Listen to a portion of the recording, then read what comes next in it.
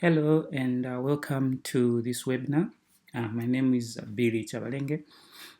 I'm a previous awardee of the Chevening Scholarship, and I'll be actually presenting to you what the Chevening Scholarship is and just taking through the 2026-2027 Chevening Scholarship application for you to just know everything that you need to know before you make the application. So this webinar is suitable for those who are new to the scholarship and even those who have applied previously, and I hope that is going to give you a number of good tips that you can use as you make your application. However, I must mention that the views and opinions that I will be expressing in this presentation are my own experience from the previous interaction that I've had over the years of mentoring others to apply for this scholarship, and they do not represent any organization. So in this presentation, I'm going to give you a brief introduction for those who are new, what the Chevening Scholarship is. Then we'll move on and I'll be able to give you some key changes to this year's application, which is the 2026-2027 application. I'll briefly talk about the timeline of the whole scholarship for you to just have an idea of what you should be able to expect in terms of the timeline of the scholarship, and then we'll move on to how to apply for the scholarship, the common mistakes that you need to avoid as you make your application, the essay tips. So now you're supposed to brainstorm, structure your essays and write your essays, and of course that will also come with real examples. Now I must also mention again that these examples are just meant to demonstrate on how you are supposed to apply the tips and not use them as the standard of the essays. You need to tailor your essays to tell your own story. I've actually put these examples as just fictional, and they do not represent any of my past experience. And we'll end with a question and answer session. So what are the Chevening Scholarship? So the Chevening Scholarship is offered by the UK government through the Foreign, Commonwealth and Foreign Office, and they are full funded scholarship, and therefore they are prestigious because only 1% of those who apply gets to be awarded, and it's very competitive, and that is because it is provided in over 160 countries globally, and therefore it becomes very competitive. And for you to win this scholarship, you need to fit in what this scholarship wants. So the scholarship offers you an opportunity to study a one-year master's in the UK at any of the university that you choose within the UK and any course that you're going to choose within the UK. You are also going to benefit by them funding your flight from your country coming to the UK, and from the UK going back to your country. You also be able to benefit from a monthly stipend that they will be able to give you to enable you sustain your life as you study in the UK. Your visa application is going to be catered for by the scholarship. Once you get awarded, there will be a process that you will be communicated with on how you are supposed to apply for the visa process. There is also a benefit of a travel grant. As you will be in the UK, you will be given a small amount that you can use to travel to different conferences that the scholarship will provide throughout the course of your studies. And finally, you also have an arrival allowance to enable you settle down as you come to the UK. And also, once you complete your studies, as you go back home, there will be a departure allowance to enable you to have a small amount of money as you go back to your country. And now I must mention that each scholarship has its own emphasis and focus. And you should be able to understand that Chevening Scholarship main focus is on readership. And therefore, this scholarship, they are looking for someone who is a future leader, who is a decision maker, and also an opinion former. And it is therefore important that as you are making your application, you tailor your application to demonstrate to them that you are that person they are looking for. You are a future leader, you are an opinion former, and you are a decision maker. And that needs to come out throughout the application process as you make it, from the time that you start including your work experience up to the time that you complete your essays. Everything needs to flow to demonstrate this focus. Otherwise, you will not stand a chance if your focus is somewhere and not aligned with the objective of this scholarship. Now, when it comes to key changes that have occurred in this process, you'll find that the first key change is on the dates for the scholarship application. So the scholarship is open for you to apply from the 5th of August up to the 7th of October. So please take note of this deadline and ensure that you submit your application on time. I usually advise those that I mentor to ensure that they submit the application at least 2 weeks before the closure of the scholarship. This is to avoid any systemic glitches. If there is any glitches with the system, it may affect your application, as you may fail to submit the application, and it means that you have to wait for another year for you to apply for this prestigious opportunity. So please ensure that you submit your application at least 2 weeks before the closing date. The other change that is very critical to this year's application is the work experience. So only work experience that has been gained after you graduated from your undergraduate is what they are looking for. So even in the examples that you are going to be giving in your essays, or the way you are going to write the whole of this application, you are only supposed to consider information that you've been able to gain as your work experience, as your examples in terms of leadership and other essays that you need to write from the date of your graduation for the undergraduate. And therefore, only people who graduated after October 2023 are eligible for applying for this scholarship. And this is very important. If you do not meet this criteria, if you graduated after 2023 October, then you are not eligible for this scholarship, for the simple reason that you are not going to meet the minimum requirement of 2,800 hours or 2 years work experience. That is the assumption that they are making, and therefore you will only be able to apply next year.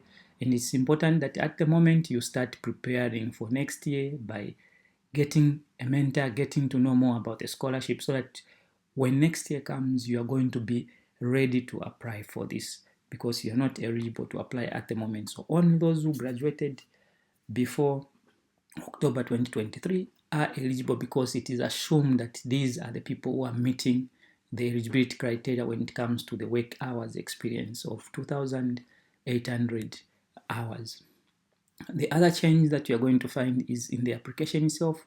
So this time the application has been changed a bit, and it has been aligned to the new mission and evolving global priorities of the scholarship. So now the priorities of the scholarship are looking at promoting prosperity, promoting growth, building resilience in a climate vulnerable world, strengthening security and stability in a volatile world. So this is very key. Even as you are going to be writing your essays and structuring your application, you need to align your application to these new changes or mission that a Chevening scholarship has taken up. You can find this information on the website. It is provided. So this change in the mission has also enabled a slight change to the essay questions. There's nothing much new that has changed in terms of the essay question. I think this time they have just become more direct in terms of asking the questions, so as to help applicants structure them in a way that is supposed to be structured. Otherwise, the way the essay questions are supposed to be answered is still the same and essentially similar. The other key change is in the word limit for each essay. So the essay limit has been reduced from 500 words to 300 words, and this is very key in this application. So this time they don't want you to just give them vague answers, beating around the bush. You have to be on point because you are going to only have 300 words for you to demonstrate your leadership, that you are an opinion former, you are a decision maker, and therefore it's important that every word should be able to count. And this time around, at least, they've clearly specified that you only need to give one example. So it's very important that you only stick to one example. And I'm going to show you on how you'll be able to select that one example that will show that you are an opinion former, you are a decision maker, and a leader for the future that they are looking for.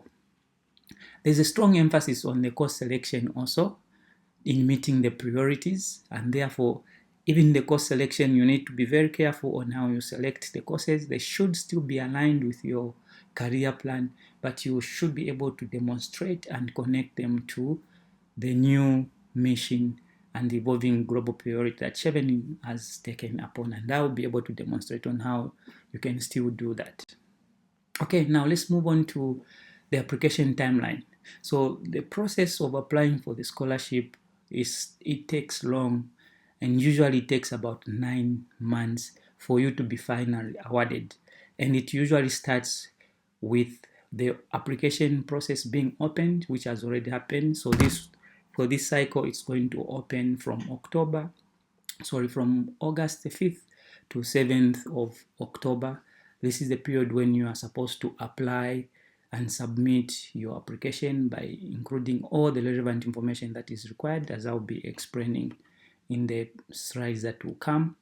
And once this period closes, all your applications now are going to be screened for eligibility. That will be around October. And after screening for eligibility, those who are not going to meet the eligibility criteria are going to be rejected. Those that meet the eligibility criteria will go into the next stage of reading, and this is where you have the committee. The reading committee will read through your essays and determine if you are eligible to go to the next stage or not. And through this process, a long list of applicants is going to be selected, and once that is selected, it's going to be sent to the UK embassies or the high commissioners in your countries by the mid of February, and those invited for interviews will be communicated to by mid of February for them to complete submission of the reference letters, and also to book for an interview to attend the Chevening interview. And closer to February 2026, I'll also provide another webinar to prepare those who are going to be called for interviews, to prepare them for the interview. And once mid-February passes, from March 2026 to April 2026, it will be the global interview period. And this is the period when all the countries will be conducting interviews for those applicants who would have been called for interviews at this period.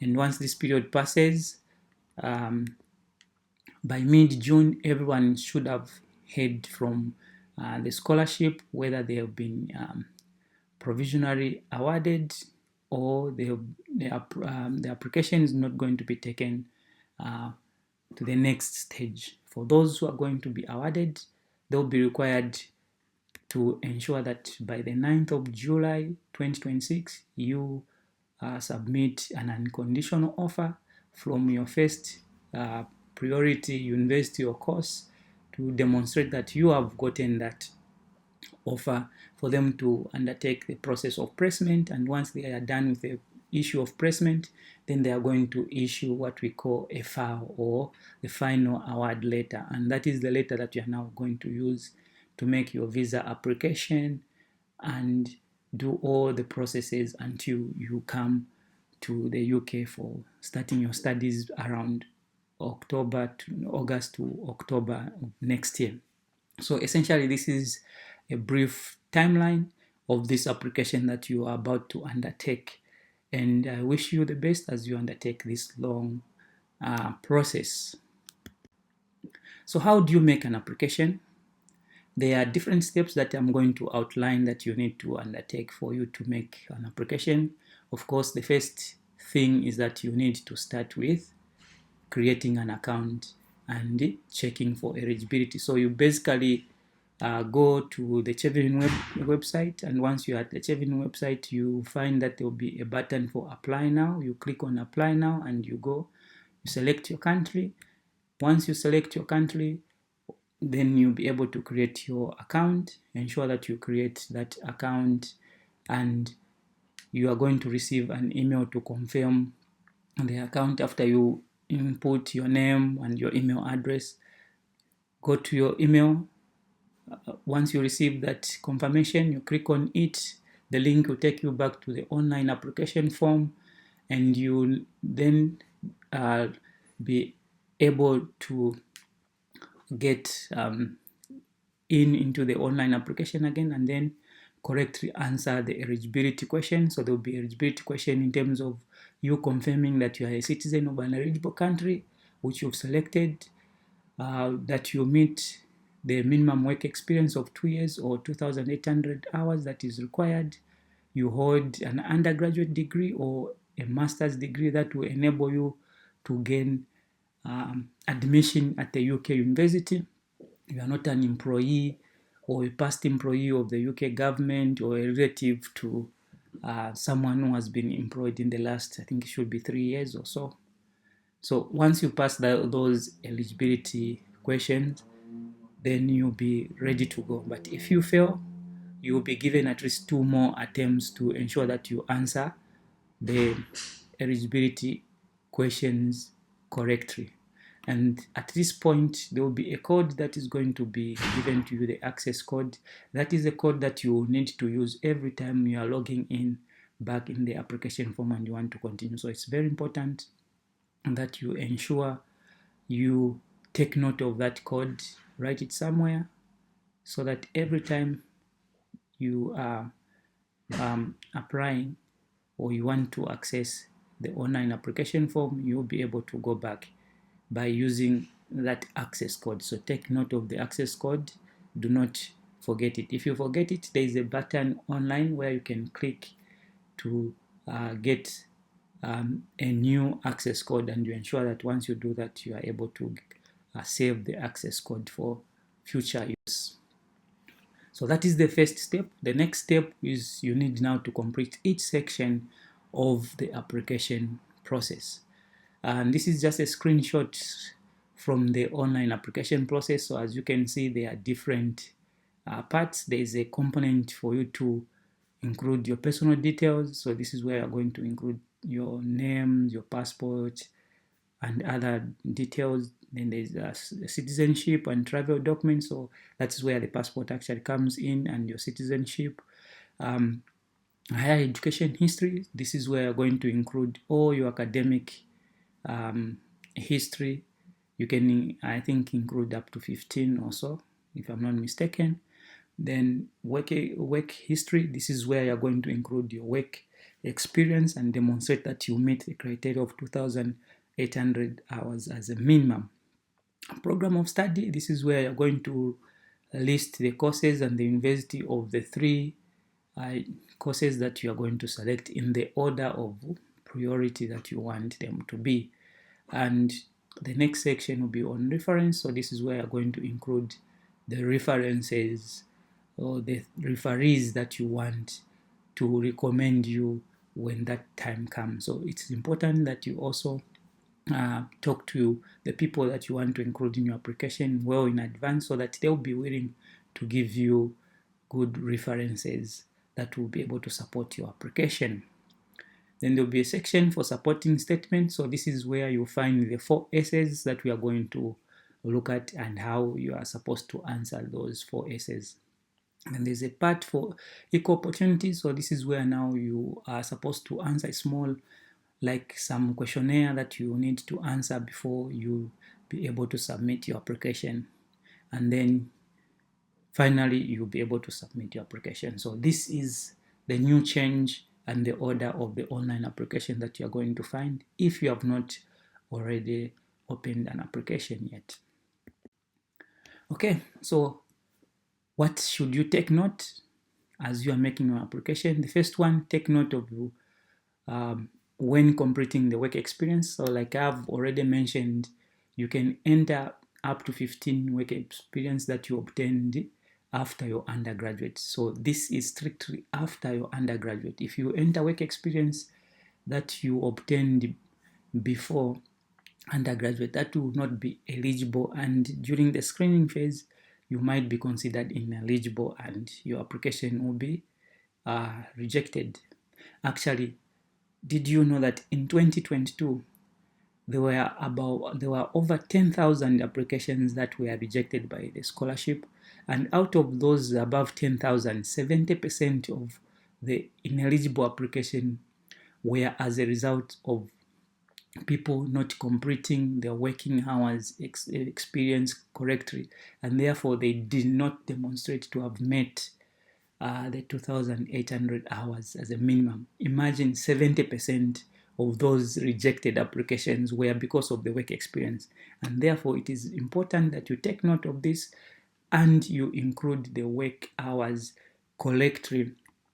One of the things that you need to understand is that there are hours and weeks that are assumed one is able to work for full-time basis. So for full-time basis, they assume that you are working from Monday to Friday or Sunday to Sunday, and the minimum number of hours that you would be able to work in a full-time work is 35 hours. So if we take 5 days from Monday to Friday and you are working 7 hours per day, that is 35 hours. If you are working 8 hours, that would be 40 hours. So a minimum of the hours in the previous application used to be between 35 and the maximum of 59 hours. So ensure that as you are completing this part of the application, your working hours in terms of full hours, you limit it to a minimum of 35 hours and a maximum of 35 hours.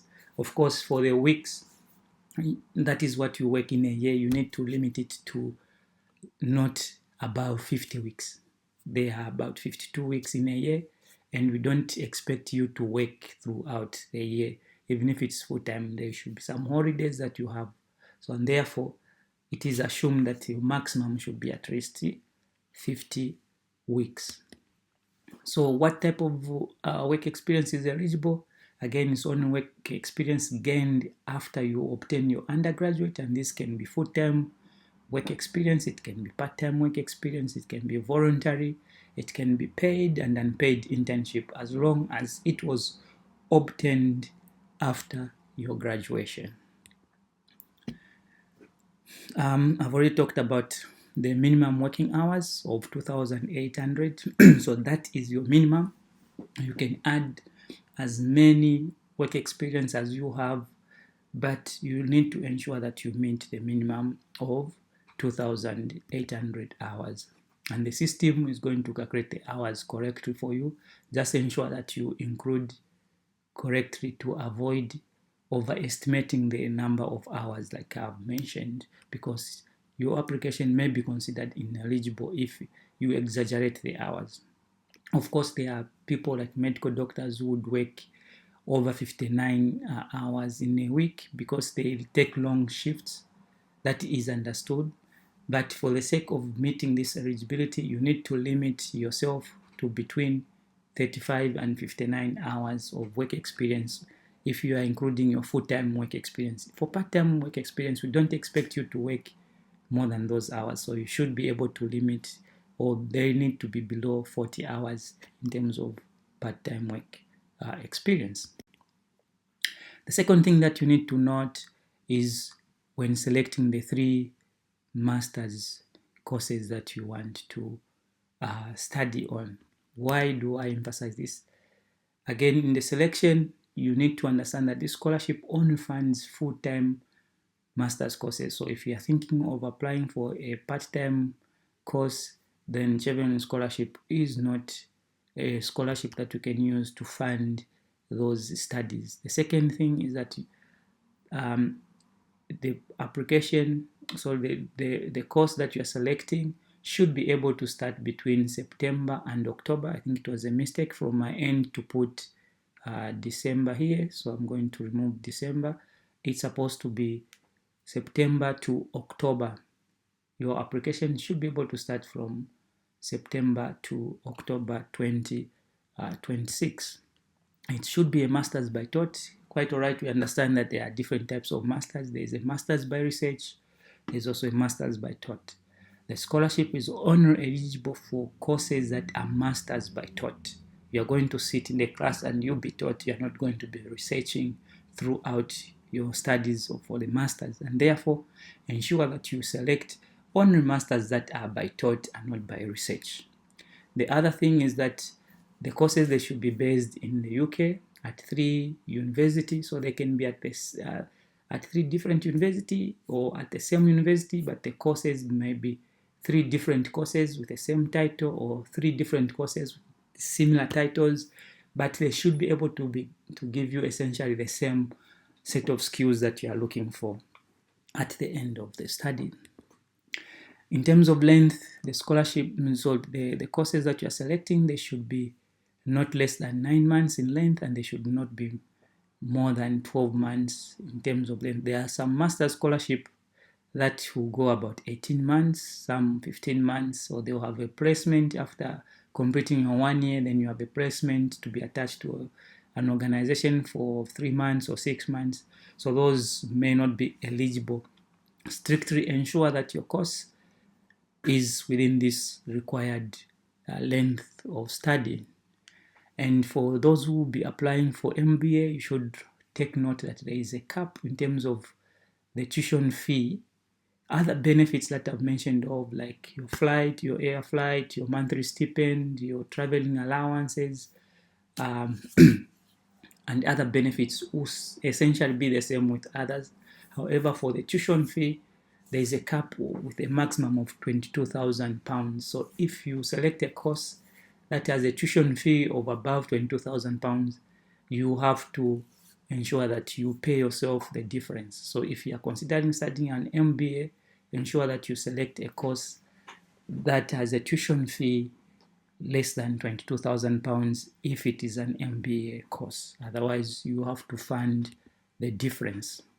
And I also encourage you to use the Course Finder browser on the official Chevening website for you to select the courses, because that is where you're going to find most of the courses that are eligible.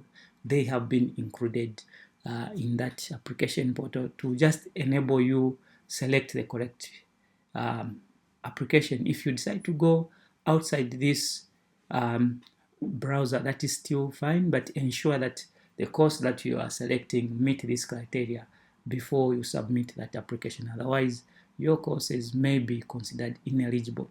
If you find that your course is not among what is put in this course finder, and you still believe that the course is eligible, it meets all the criteria, then you can contact the Chevening Scholarship and they'll be able to add that course for you to select it and select it and include it in your application. Right, the other thing to note is on reference. Again, references is a key component of this scholarship application. Quite all right. At the start of the application, at this opening period, you are only expected to give the names, the job title, and the contact details of your 2 referees. However, you should be able to talk to them and inform them that at a later stage, which is usually around February, you will be required to get the 2 references from them for you to submit or to include on the application portal before you go for interviews.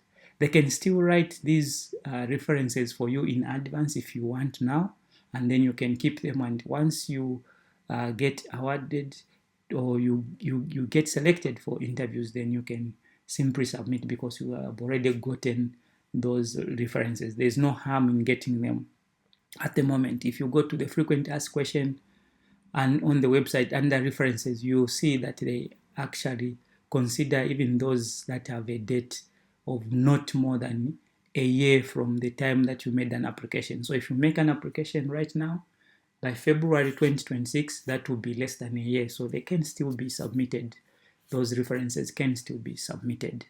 Now, it's also important that you know who you can select as your referee. So who can you select as your referee? It should be someone that you know professionally, and in your personal capacity, someone like someone who represents your profession, or someone who is your boss at work, and not someone who is your friend or a relative. It's not advisable to get the reference from a friend or from a relative, and that they are discouraging if you go to the information that they've provided on the website. So ensure that you get these references from a person who knows you professionally, like your former lecturer, or someone from your organization where you're working from, or from your professional bodies.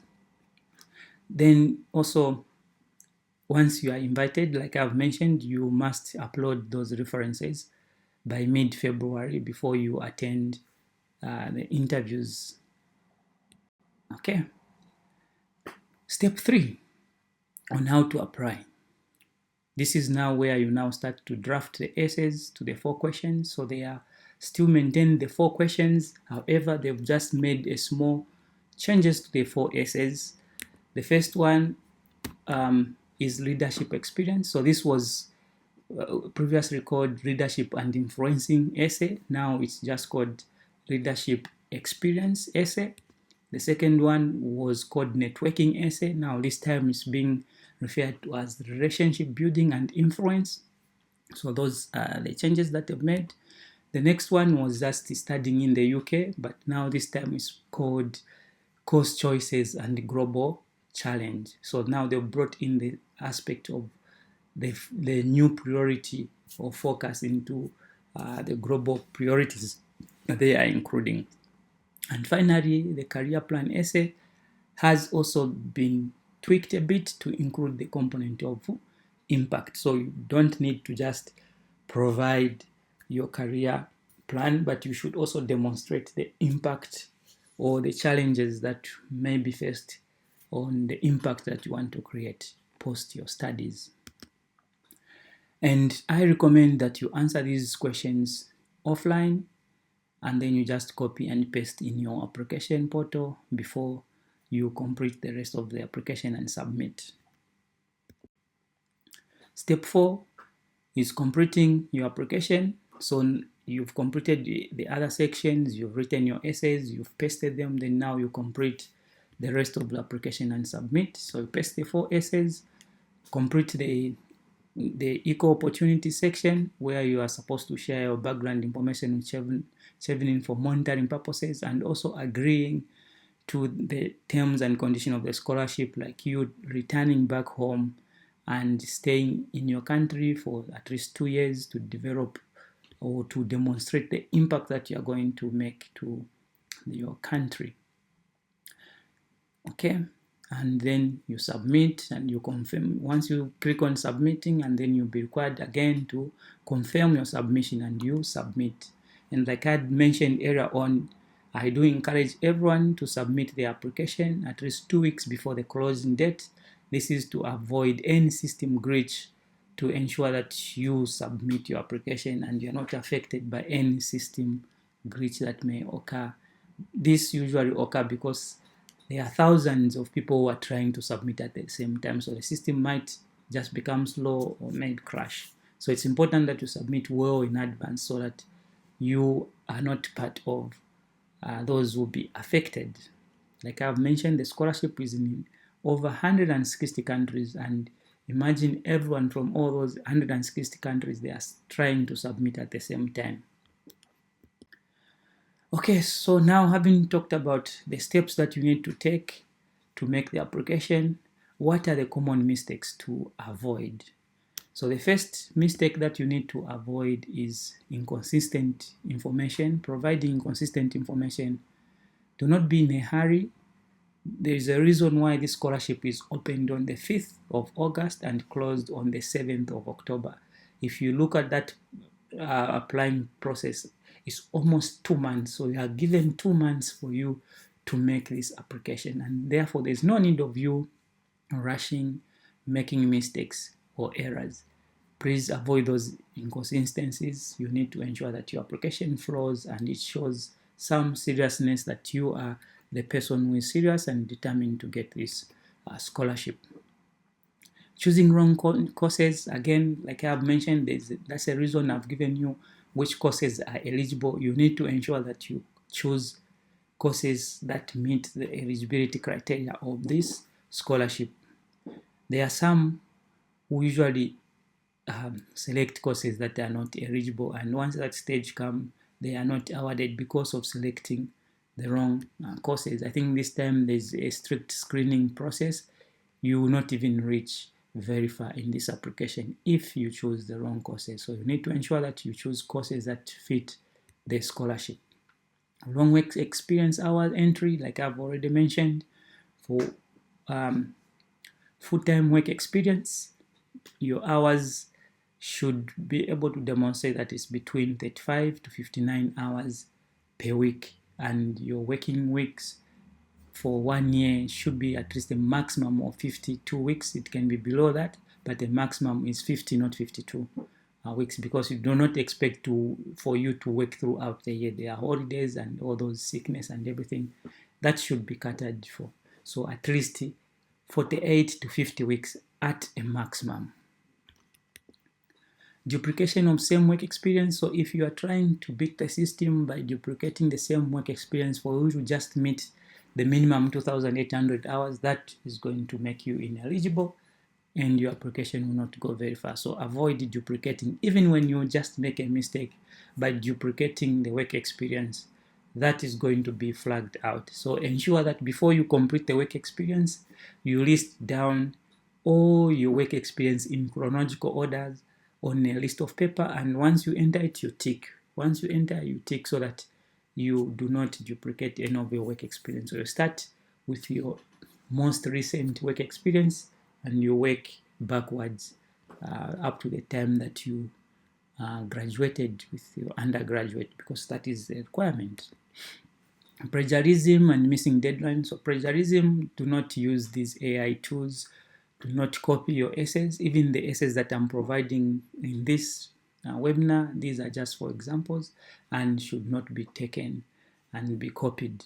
So please avoid plagiarizing someone's work or using AI to tell your own story. It is important that you tell your own story and avoid missing deadline. Like I've mentioned, the system may have glitches. A lot of people may try to be submitting, so ensure that you include or you have a checklist where you've included the deadline, when you need to submit your application, when you need to submit your references, when you need to submit your unconditional offer, when you need to apply to the universities for admission, all the processes. If you write them down and you are just checking them, now this time when in the digital world, even on your phone, you can put reminders in your phone, in your calendar, and that will help you to able to remember and beat the deadline so that you do not forget. So you can use whichever means help you to get a reminder on when you're supposed to submit a document. The other common mistake to avoid is being vague in your essays or using odd examples like you've seen. The emphasis is on when you graduated. So work experience from when you graduated, even the examples should be from the time that you graduated, coming to the recent years. Now for those of us who graduated way long, it's important that you try to give examples that are more recent, because it demonstrates that we are growing as readers and not use a very old experience. However, if that old experience is very impactful to you and you think it's going to give you an advantage in this application, then by all means you should go ahead and include such an example.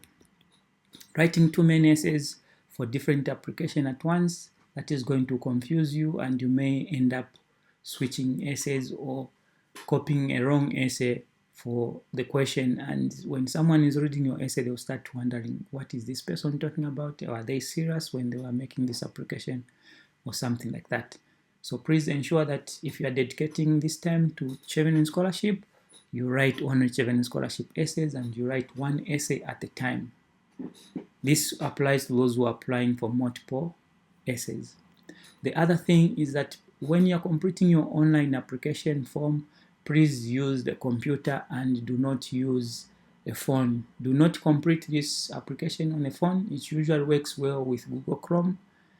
If you try to use your phone, you're going to make mistakes. So use the computer to complete this online application. Okay, so that having been said, let's move on now to tips on how to write these 4 essays that we've mentioned. So I'm going to start with the readership essay.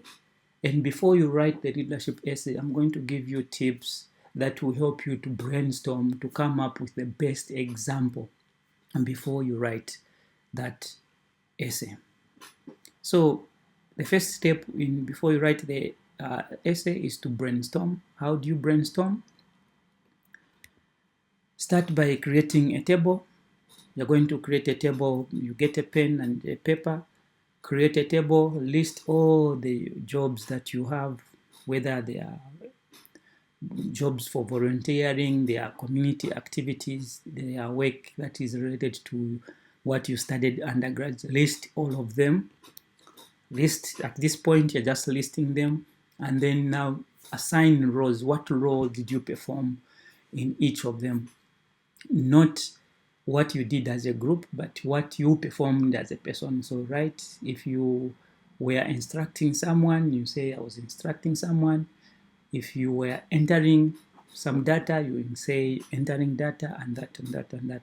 So this basically should be easy because you would already have your job description, or you would have the information that you use to enter in your work experience. So just try to get now the actual roles that you performed. What were your tasks? Now it comes to the specific task. Apart from the position, what exactly tasks did you do in that position as a data entry clerk or as a scientist or whatever the position was? What exactly did you do? Then at this point, list everything that has been done after your undergraduate, like I have mentioned, because that is the emphasis. So we want to provide good examples that demonstrate what we've done post graduation. And once you do that, the next step will be now to select the best examples. So from this list that you've mentioned and the roles that you performed, you need to select the 2, or basically I think since the essay question has changed, here select the best 1, not 2. I'm going to wrap the 2. You select 1 essay question, and that essay question should be able to demonstrate 1, a driving change in the community or in the organization. Whatever you did in that role should be able to strongly demonstrate that you brought about change in your organization or in your community. So look at your list. Which role did I perform and it gives me to demonstrate that I brought about change in this organization or in this community? Which one improves outcomes for others or it creates impact on others? Again, you consider that same one. Solves a specific challenge in the community or in an organization. Which among your work experience demonstrates solving a specific challenge? And then once you consider that, you can also use what we call the true technique to select the best out of the 1 or the 2 that you are going to select. So what does the true technique mean? So true means the T is a true example. You're not going to write, you're going to give a correct example of what you were able to do. R will stand for a relevant example. So this relevant example can be able to be used to demonstrate consistency from your readership essay going into your relationship building essays, the course choices, and can also be demonstrated to be linked to the career essay plan. So it should be a relevant example that can be connected to all the 4 essays. It should be unique, meaning you're supposed to tell your own stories because this is about you and you're supposed to demonstrate how you went beyond your job description to create that impact or to bring about that change in your organization or in your community. And finally, the example should be tangible, so it's supposed to have impactful results. Maybe it changed the way the organization behaves, or maybe the funds for the organization were improved in terms of you reduced wastage, or whatever impact that it demonstrates. So the true technique can help you select from among the different examples that you have. And once you've selected your best example, it's time now to draft your essay. So how do you draft your essay? You can use what we call the star L approach. So what is the star L approach? The S is a situation, so you start by giving a brief situation as an example. So what really happened, when did it happen, or where did it happen? And this should account at least for 5% of your word count, which is 300 words. So at least 5%, you give a brief situation about. It's more like giving a background information to the example that you are giving, as you are going to see in the example that I will be giving you.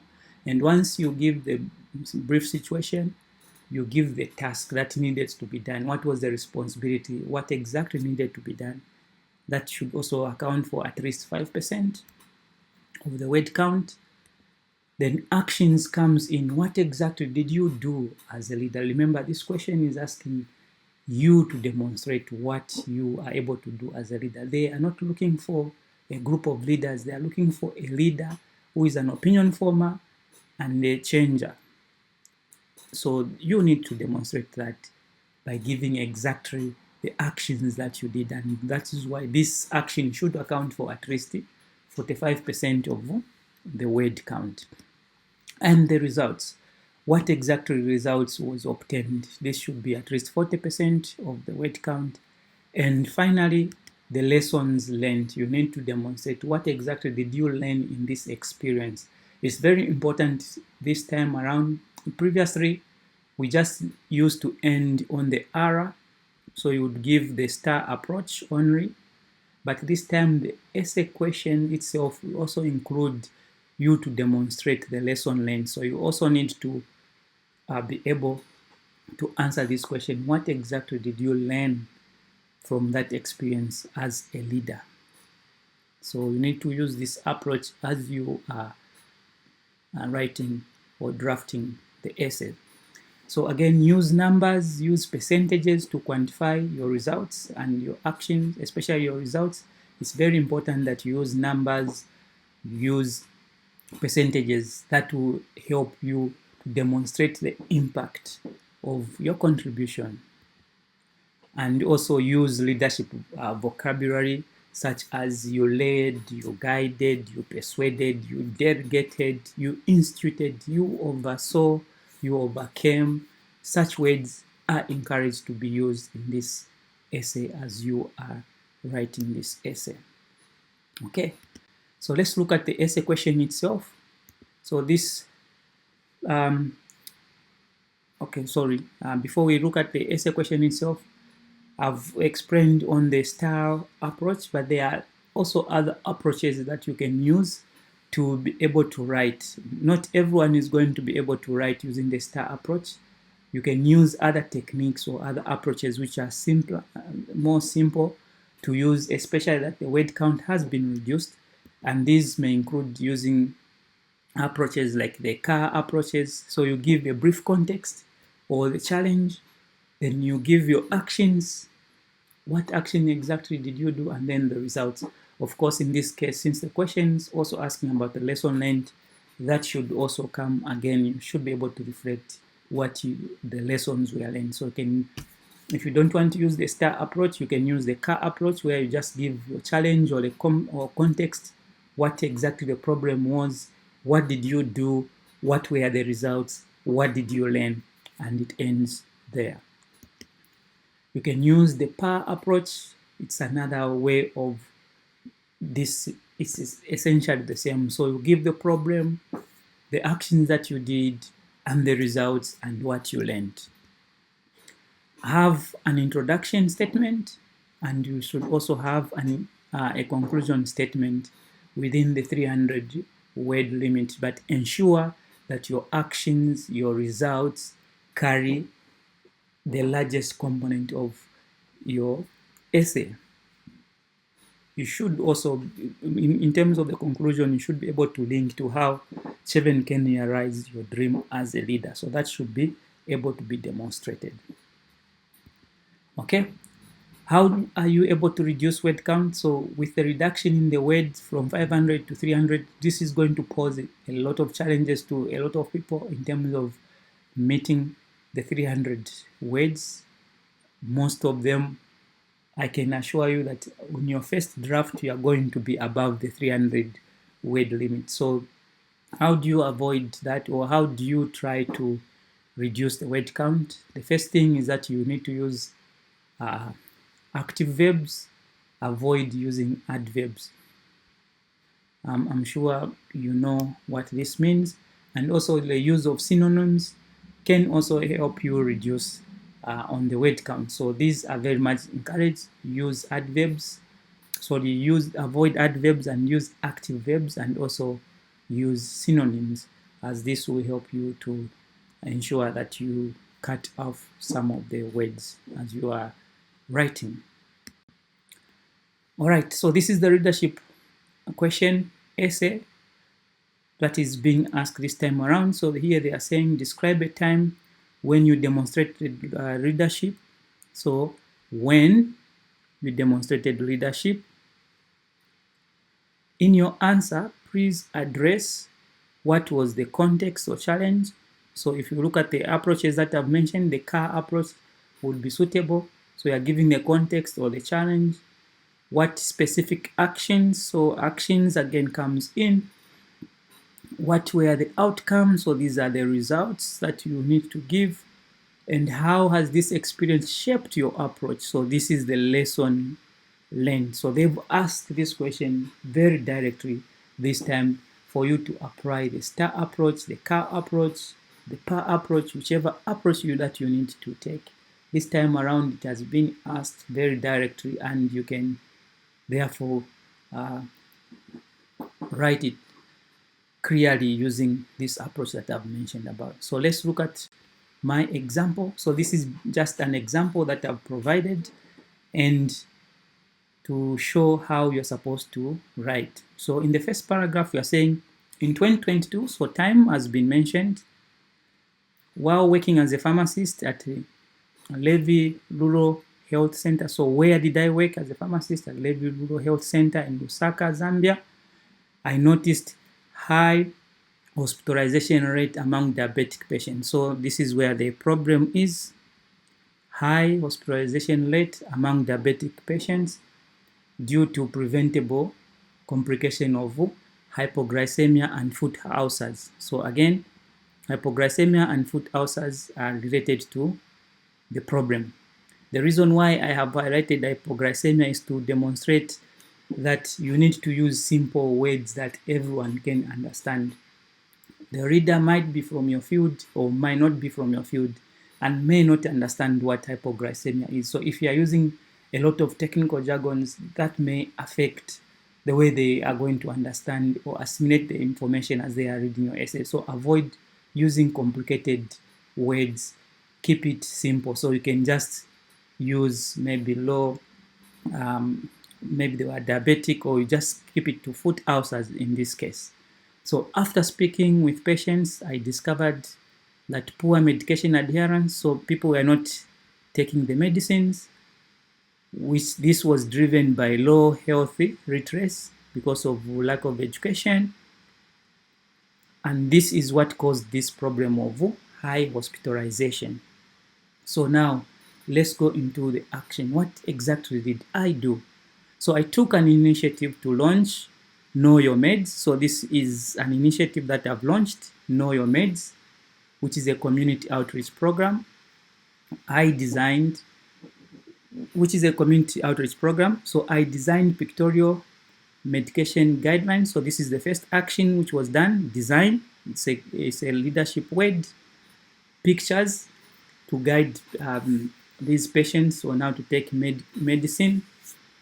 I also translated the instruction in Nyanja, so translated instruction in Nyanja, a local language, so that is another action. Translated this information in a local language to enhance comprehension, and also held monthly education session offering free blood sugar checks and also individual counseling. So all these are the actions that were done.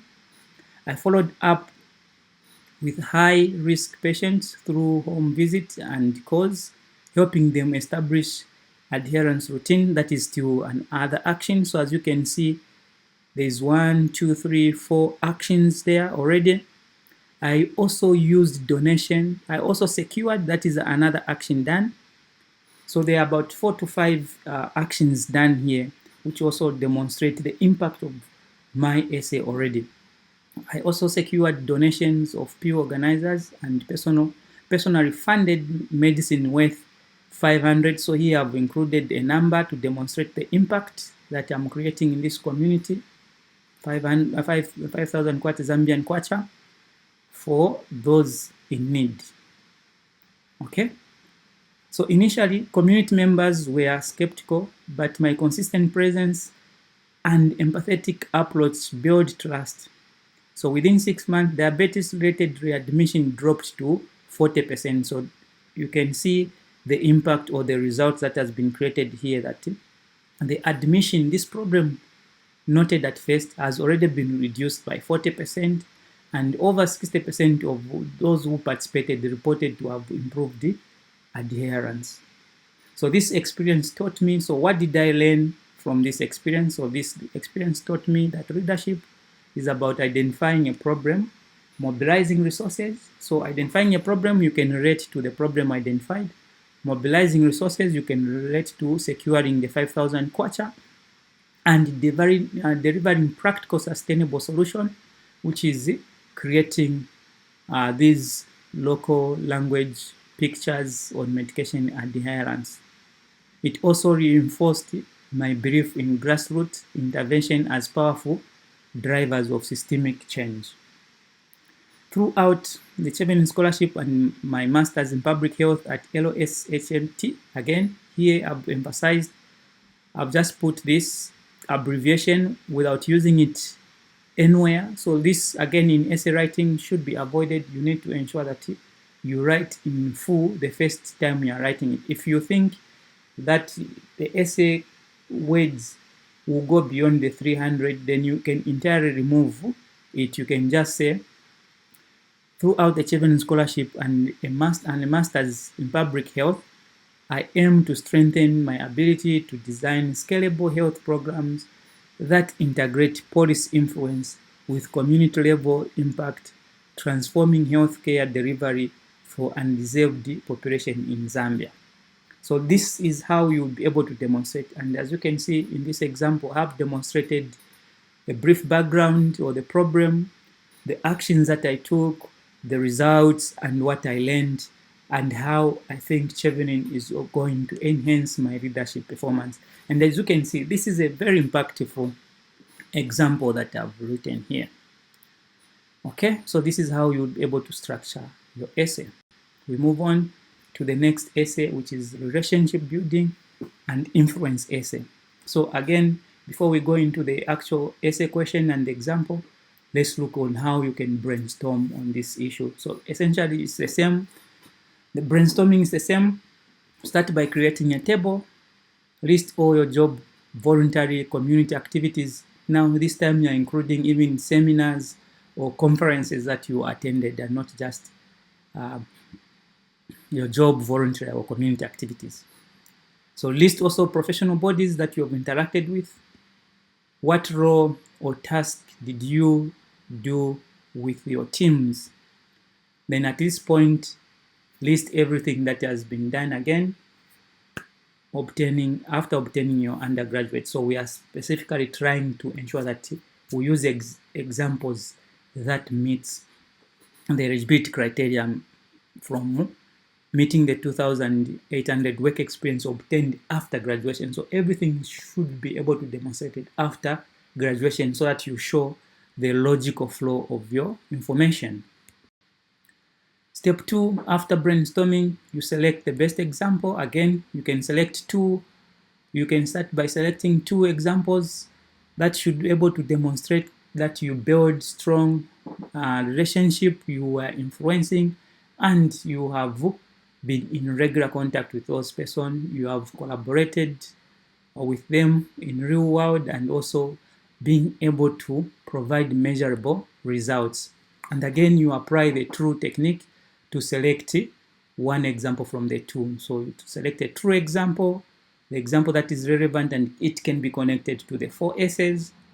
It's unique. You are going to give your example that went beyond your job description, and also the example with a tangible impact or results. So we are essentially using the true technique that we've already explained when we looked at how you write or select the one that you're going to use for your leadership experience. And once you do that, it's time to draft your essay question. So how do you draft your essay question? Again, you use the same technique. You use the style. You can use the SAR, the CAR approach, the PAR approach, whichever is applicable to you. Again, you need to emphasize the use of numbers, percentages, because these will help to demonstrate the impact that you've created. You also need to use relationship building vocabulary, such as you collaborated, you leveraged, you connected, you engaged, you reached out. Such words are encouraged to be used in this essay questions, and write clearly in simple grammar. As you have seen, I've used examples where I used hyperglycemia, which may not be a good question, a good word. So use simple grammar and avoid using complex jargons.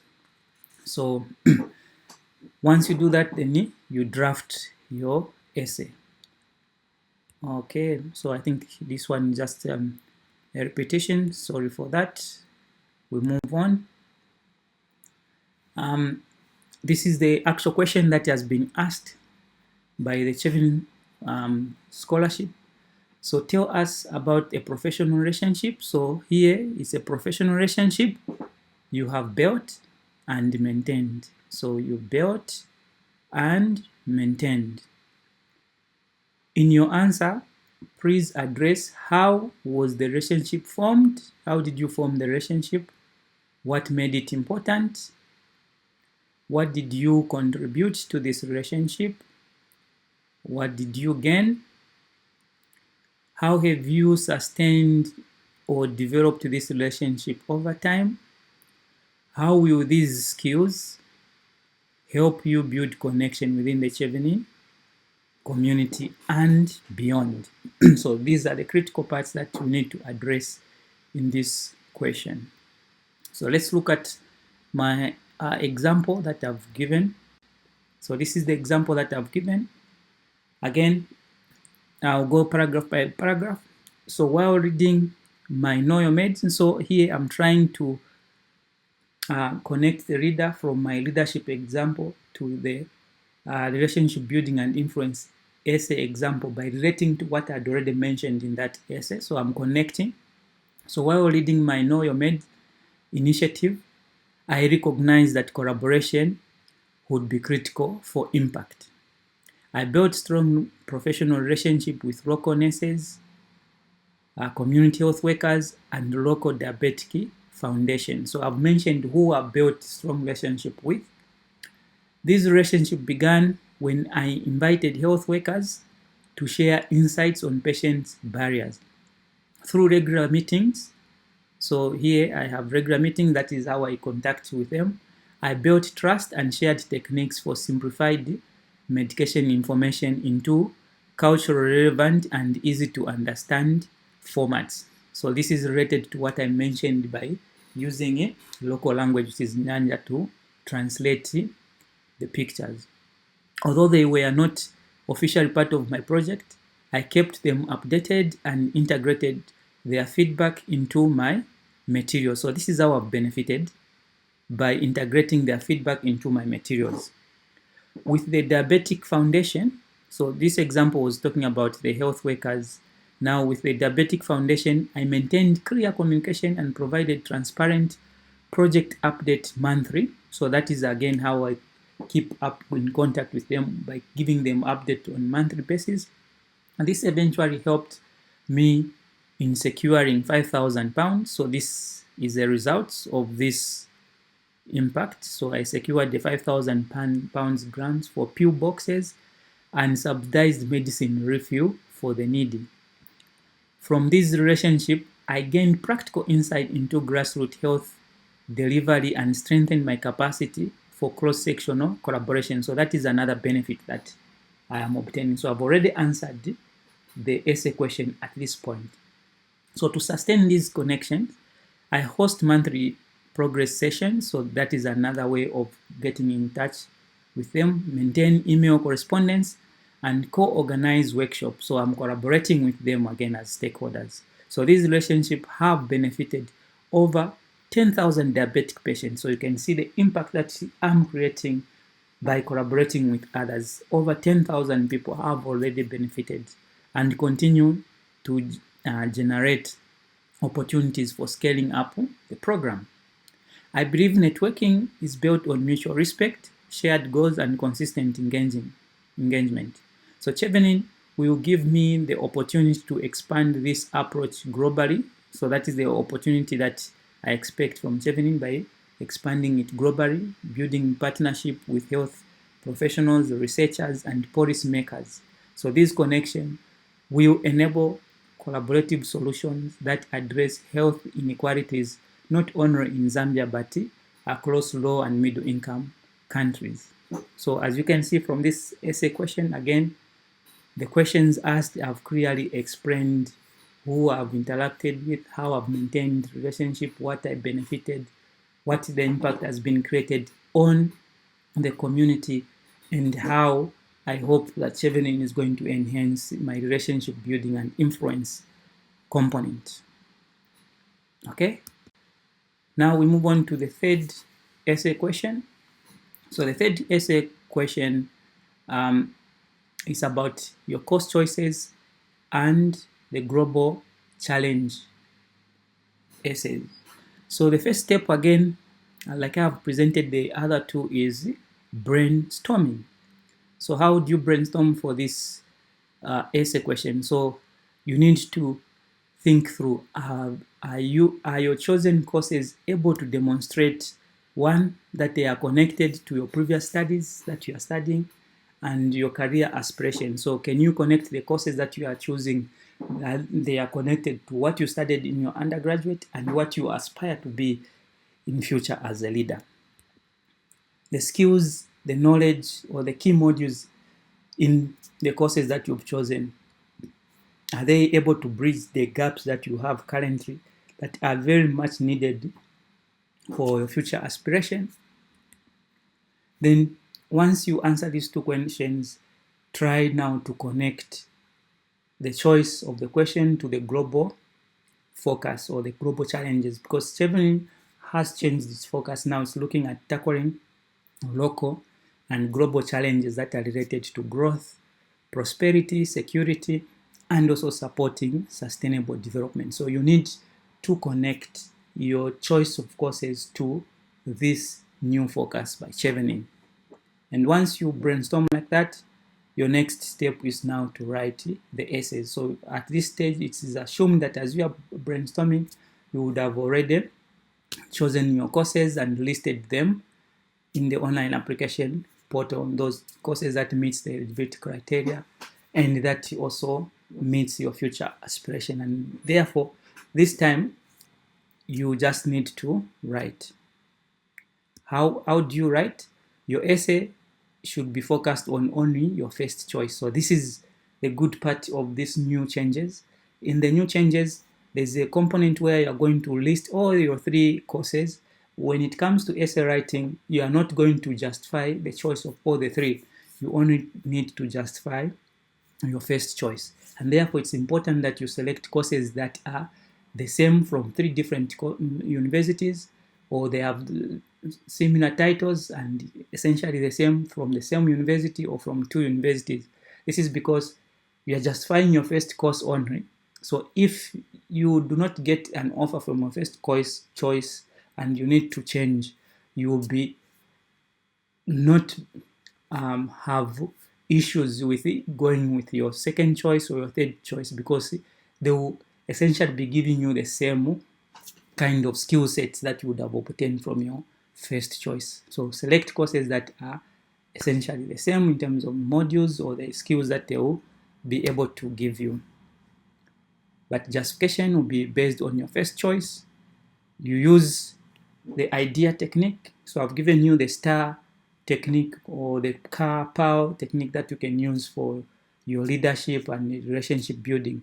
When it comes to course choices, you need to use the idea technique. And what do I mean by this? The idea, it should be interesting. So you mention what course and what university you are interested in as you are writing the essay and why.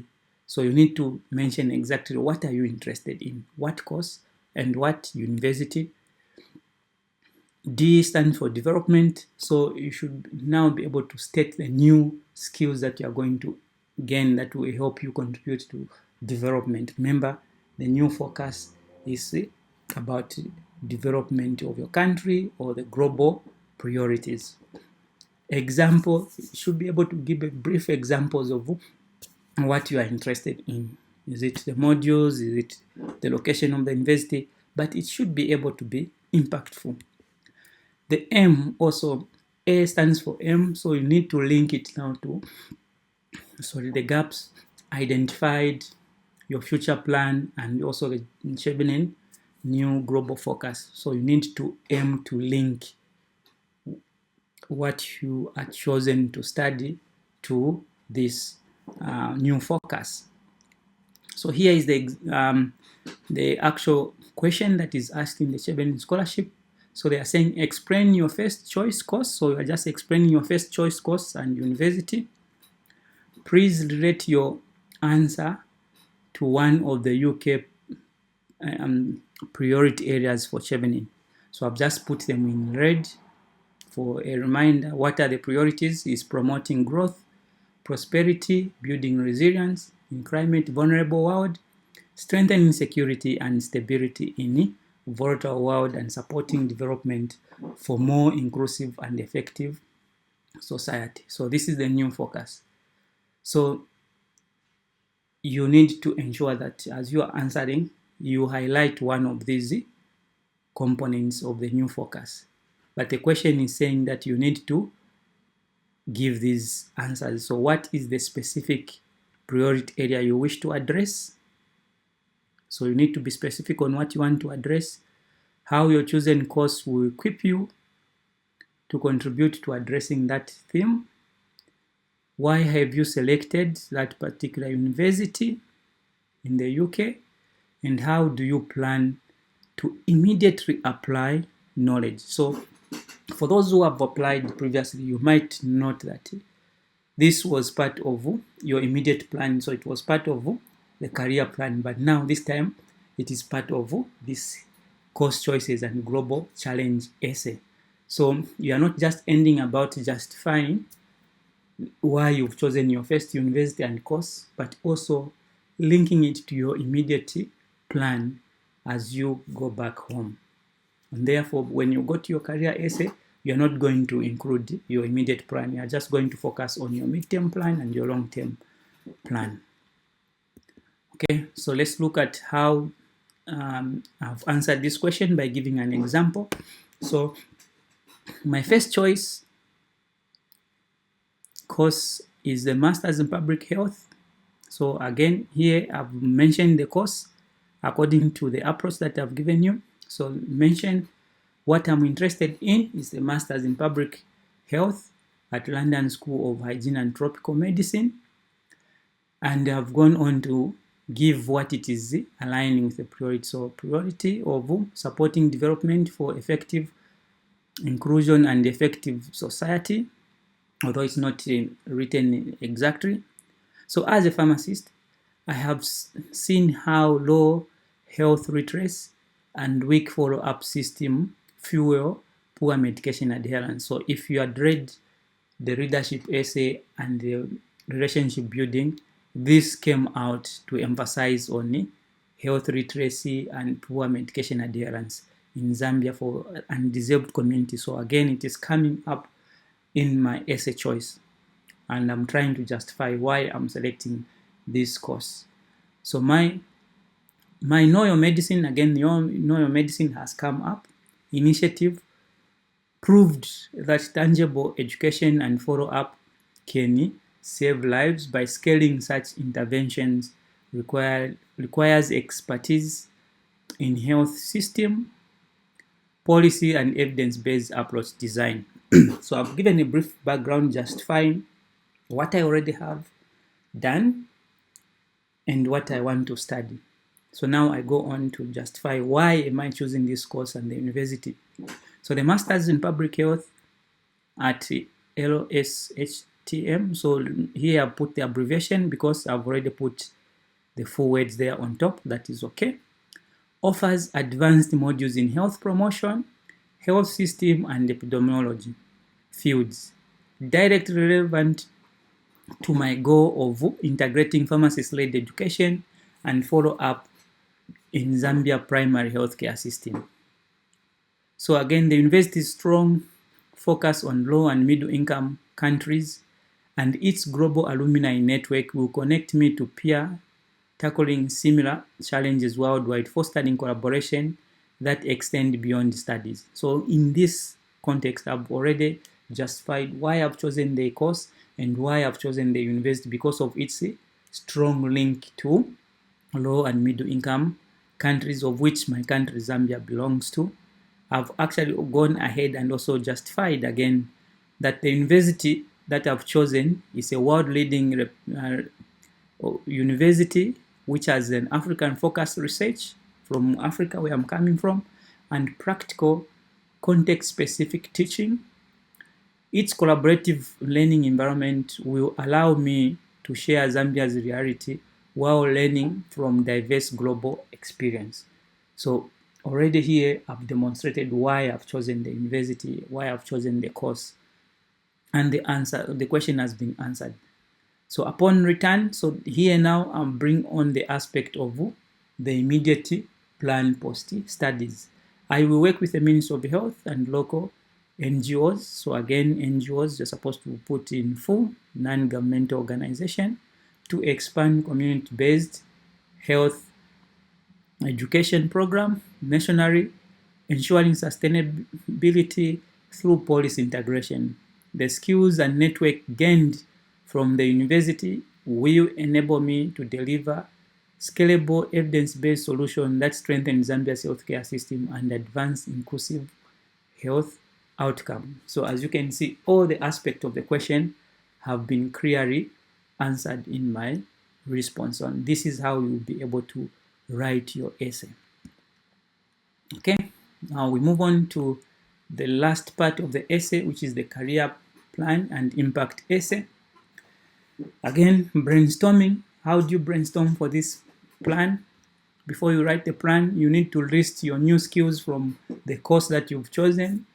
You list the new skills that you think you're going to gain.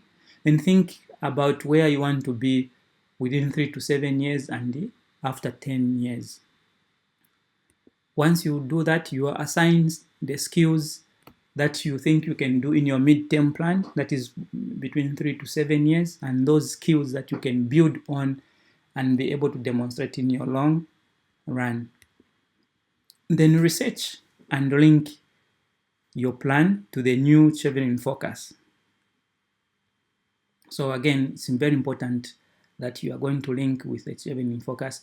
Look at what the UK is doing in your country and ensure that that is linked in your essay. Okay, so it's recommended to research on what the UK is doing in your country, so that can also be linked. But essentially, linking to what Chevening Global Focus is should do it. The second step will be now to write the actual essay. How do you write the essay? You dedicate a paragraph that is going to talk about your mid-term plan and a paragraph that is going to talk about your long-term plan. Then you're going to use the SMART technique in this case. So we've considered the different techniques. So for writing career plan, you're going to use the SMART technique. So what does the SMART technique talk about? S, you need to be specific. So what exactly do you want to do in your midterm plan? What do you want to do in your long-term plan? Where, how, and when? So you need to be very specific in what you're going to do. What you're going to do should be able to be measurable, so it should have a goal. You can include whether you want to use surveys, you want to use interviews to measure. So it should be something that it should be able to be measured and should be attainable, it should be achievable. You can dream that you're going to be a president. That is achievable, that is attainable. But you cannot say that you're going to be a president within 3 years after you complete your studies. What if there are no elections? So that's why we're saying you need to be something that is realistic, or that is going to give real results that can be measured, results that can be logically be said to be true and not giving false information. And of course, T will stand for time bound, so you need to give that specific goal. It should be able to have time frame when you want to achieve what you want to achieve. So this is the question that has been asked by the scholarship. They are saying outline your medium and long-term career plan. So we are outlining medium-term and long-term career plan. Please relate your answer to the key challenges or priority facing your country or region. So what impact do you intend to make in your country? So what impact? So we are looking at the impact that you are going to make in your country. How does your career plan connect with your courses? So that's why during brainstorming, we are looking at the skills that you are going to use. So how does your career plan connect with the courses and the challenges or priorities you have identified in your country or region? What barriers or obstacles you might face? So what do you expect that you're going to face as barriers or obstacles, and how are you going to overcome them? Then how will Chevening Scholar help you achieve your ambition? So these are the key parts that we need to answer as we tackle this question. So let's look at the example that I have. This is the example that I have. So my career plan is to be a public health leader focused on improving medication adherence and equitable access to care in Zambia, addressing the national priority of building an inclusive and effective healthcare system. So this is the problem that I want to address, which is about building an inclusive and effective healthcare system in the country Zambia. So how am I going to do that? So within 3 to 7 years, that is my midterm plan, I am to establish a community health and pharmacy advocacy center dedicated to research, patient education, and community dialogue. So this is very simple to demonstrate because I've already demonstrated what I've been able to do with my Know Your Meds campaign. So this center will develop evidence-based guidelines for chronic diseases, medication adherence in collaboration with the universities, the Ministry of Health, and local NGOs. It will also run nationwide workshops to train healthcare providers in patient-centered pharmaceutical care and community engagement strategies.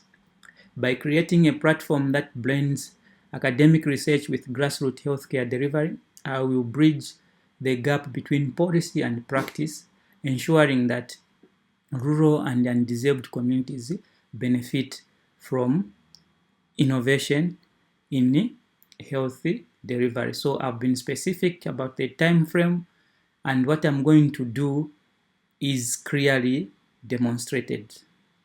And this can be attained by someone who is very serious. So it's very much attainable when you look at the SMART approach. By the 10th year, I aspire to hold the senior advisory or policy role within the Zambia Ministry of Health. In this position, I will influence national pharmaceutical policies to prioritize prevention care, integrate pharmacist-led services in primary health care, and ensure affordable access to essential medicine in all 10 provinces of Zambia.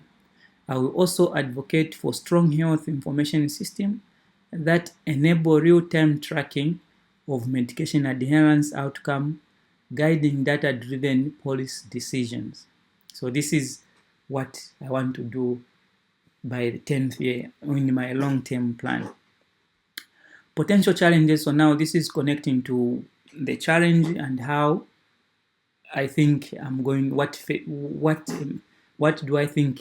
What challenges I'm going to be faced and how I'm going to tackle them.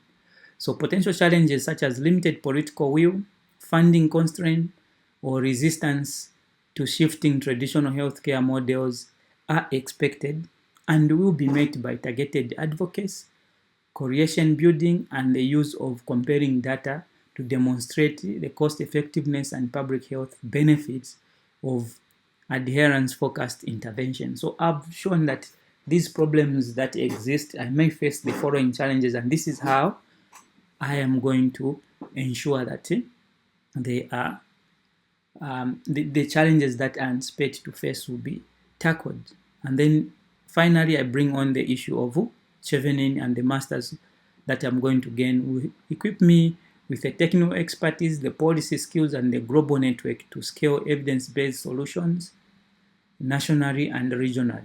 My long-term vision is to transform Zambia healthcare system into one where no patient suffers preventable complications due to lack of understanding, access, or follow-up care.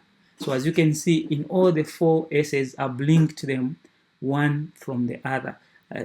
I've basically told my story about the Know Your Meds and how the problem is about patients adhering to medicines and how I want to tackle this problem within the context of the Zambia healthcare system. So it shows a logical flow from my leadership essay, going into my relationship essay, coming to my course choices, and now in my career plan.